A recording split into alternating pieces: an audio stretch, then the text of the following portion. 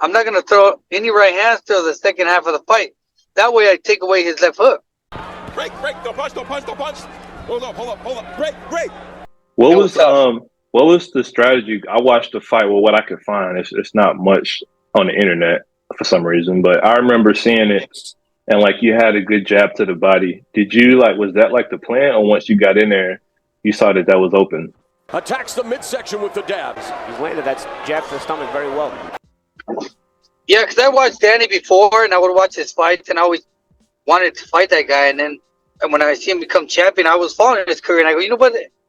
That guy, I don't see anything too special with my style. Because I see him so basic that my style's not, like I said, my rhythm. I knew my rhythm would throw any basic fighter off like that. The typical, left hand, right cross, and good left hook. The fundamentals, yeah, the fundamentals. He's good at all that. And I saw he was a little flat-footed too, so I knew I can kind of move side to side on him. But the main thing was the rhythm. I think and the jab and my rhythm. Yeah. Was going to throw him off, and he likes to counter everything with the right hand, and the left hook. So my plan was to not. I don't really throw a lot of right hands, and in this fight, I said I'm not going to throw any right hands till the second half of the fight. That way, I take away his left hook. And if you notice, he never got that left hook started. I don't think he ever landed. I don't think he ever even landed a left hook. If you watch the fight. So your plan was to just throw the jab and not even give him a chance to come over the right hand.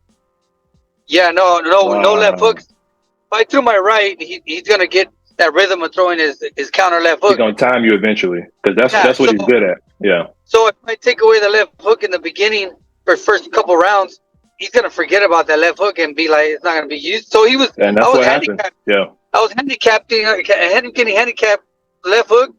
And then the right hand, because my jab was pretty sharp, so he wouldn't able to throw the counter right. Then at the end, I started mixing in that right hand, off rhythm. Where at times he didn't see it, and if you see, I kind of just confused him overall.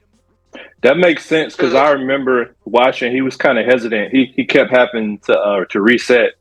But now that you say that you threw the jab only on purpose, that makes a lot of sense now. Jab to the body, jab to the head, and I threw a lot of feints. A lot of feints is what really throws a lot of counter punchers off, because they're going off what you're going to throw. You feint them, and then they're moving, they're reacting, but you're not throwing it. It keeps them guessing, man, when is he going to throw it this time if he's not? Right. And you can see him in the fight. He's guessing, he's confused. I'm switching it up on him, and then towards the end, I'm just going all the way pressuring him, which he didn't think was going to happen. Yeah, did you hear what I said? You froze, but I was saying it makes sense when you see the fight how Danny had to keep resetting. It's because you didn't give him anything to counter, and that's his strength. You could say what you want, but he has some pretty good timing. But he was hesitating, he would step, he wasn't really sure of what to do. But now that you said that was by design, that makes perfect sense. Yeah, exactly. It was just making him freeze and think and feinting, getting a lot of feints. And if you see, it worked out perfectly. I mean, he wasn't able to really time me or see what I was going to do. And then was I going to box? And then towards the end, when I felt it being a little easy, I started putting pressure.